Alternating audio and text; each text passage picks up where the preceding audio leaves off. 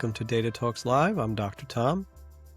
In this show, we dig into the numbers, cut through the spin, and look for the data-driven truth behind the headlines. Today, spam calls are spiking. AI startups are rethinking how they use data. A massive corporate data breach shakes big tech, and a privacy fight over federal access to assistance program data intensifies. So here's what's on the docket. New data shows spam robocalls have reached a 6-year high.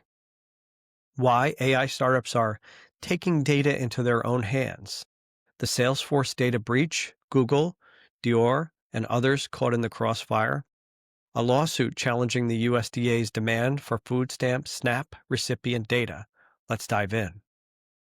If your phone's been lighting up with scam calls lately, you're not imagining it. The data show we're actively living through a spike in spam calls. A recent NBC report highlights that spam robocalls and scam texts have surged to a 6-year high. The Public Interest Research Group says robocalls are up 20%, which means an extra 420 million calls and texts per month. What's behind the jump? Two things. Scammers are increasingly using AI voice synthesis to mimic real human voices or organizations. Only a minority of phone carriers have adopted caller verification protocols like Stir and Shaken, which means the infrastructure to block spoofed calls is patchy. The impact?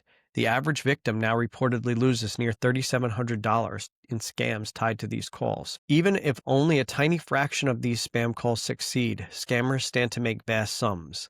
The scale is staggering. Nearly 1 in 3 Americans reportedly receives a robocall every single day.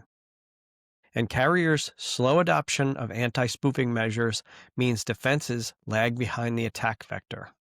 The takeaway? Your best immediate defense. Don't answer numbers you don't recognize.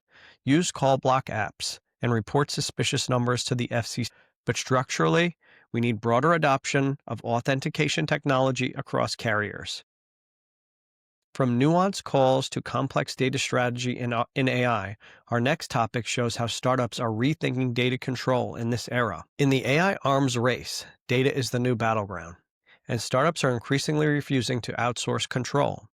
A recent TechCrunch article argues that AI startups are shifting away from reliance on external data providers and instead building or controlling their own data assets internally. Here's what's going on. Many VCs now consider a startup's proprietary data as its key moat, more so than algorithmic or infrastructure superiority. Startups are avoiding over-reliance on third-party sources that might rescind access, be costly, or lack uniqueness. There's a movement to integrate data collection, processing, and models in-house to ensure consistency, freshness, and ownership. The shift makes sense in the AI era. Data quality, freshness, and coordination with the model pipeline matter.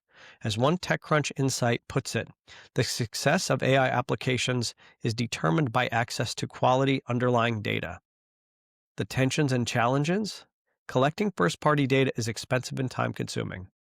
Regulatory, privacy, and ethical constraints loom large. How do you collect user data responsibly? There's a risk of lock-in or creating data silos that make collaboration harder. This trend may lead to data fragmentation, where each AI company hoards its own datasets, making interoperability tougher. It also raises the bar for new entrants. If you don't have unique data, you may not have leverage. The same issues of data control, accountability, and privacy we see here will ripple into the breach story next and the USDA privacy fight later. Speaking of data control, let's talk about what happens when control breaks. Major companies caught in a Salesforce data breach. When your CRM gets hacked, everyone connected to it feels the pain. And in this case, that's tens of millions of customers across the globe. In 2025, a large-scale data breach exploited Salesforce infrastructure to access and exfiltrate customer data from dozens of companies, including Google, Dwyer, Chanel, Adidas, Qantas, and more. Here's what we know. Attackers used OAuth token compromise of a third-party app to gain access. They also used vishing or voice phishing to trick employees into granting access via connected apps. The group, Shiny Hunters, is tied to the campaign. For Google, The breach exposed contact information and notes related to small and medium business clients. The data risks and insights. The incident underscores that the weakest link in a data chain is often third-party integrations, not the main platform. Even with strong in-house security, broad ecosystems and plug-in architectures introduce enormous attack surfaces. Once data is exfiltrated, it can be used for phishing, identify theft, or resale far beyond the initial breach. Which companies will be legally or reputationally liable? The lawsuits are already stacking up. Will this push more companies to avoid large vendor ecosystems or demand stronger guarantees or compartmentalization? How will regulation, such as data protection laws, evolve in response? In a world built on interconnected data systems, security can't just be perimeter defense. It must be holistic, especially across all third-party dependencies. From corporate data breaches to the public sector, our final segment looks at the fight over whether the federal government can demand assistance program data from states. This is about the USDA versus privacy for SNAP. Can the federal government demand detailed personal data from millions of people receiving food assistance and get away with it in the U.S.?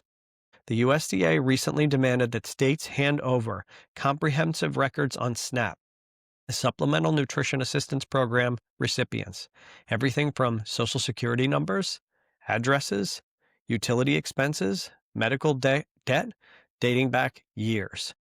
The key legal and privacy points.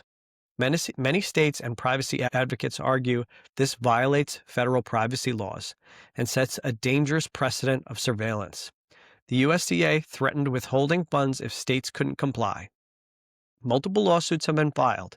In one recent development, the USDA paused further collection while the court battle proceeds.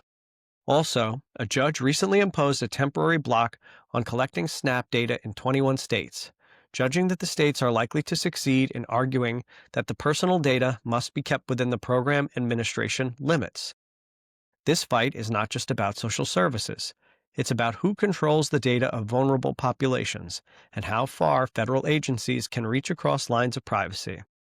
If the USDA succeeds broadly, this could open up the door to data sharing for immigration, criminal justice, or other enforcement purposes. States are caught in a bind. Comply and risk violating citizens' privacy, or refuse and risk losing federal funding. My take: the balance must tilt towards protecting individual privacy, especially when dealing with the most sensitive personal data of vulnerable populations. The line must be drawn. Data collected for managing benefits should not become a surveillance tool. The pause and judicial block are welcome. The broader fight is still ahead. Today, we've seen 4 slices of the same challenge. Data is power. But with that power comes immense risk. Spam calls are rising, AI startups wrestling with data ownership, corporate systems breached via third-party links, and governments seeking mass personal data. All of these stories have a common theme: control, security, and accountability. As always, I encourage you, question the headlines, look for the data, and think about who holds the keys. If one group controls your data, they control your options. If you enjoyed this episode of Data Talks Live, make sure to subscribe, like, leave us a review, and share with your network. Until next time, I'm Dr. Tom. Thanks for listening or watching. Stay curious, stay skeptical, and speak data.